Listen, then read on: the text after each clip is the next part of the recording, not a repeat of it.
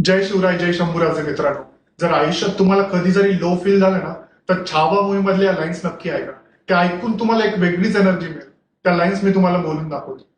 मन के जीते जीत है, मन के हारे हार, हार गए जो बिन लड़े उन पर है धिक्कार, उन पर है धिक्कार जो देखे ना सपना, सपनों का अधिकार असल अधिकार है अपना. अपनों के खातिर करना कुछ आज हमें, अजर अमर कर देना है स्वराज हमें. तू माटी का लाल है, कोई कंकड़ या धूल नहीं.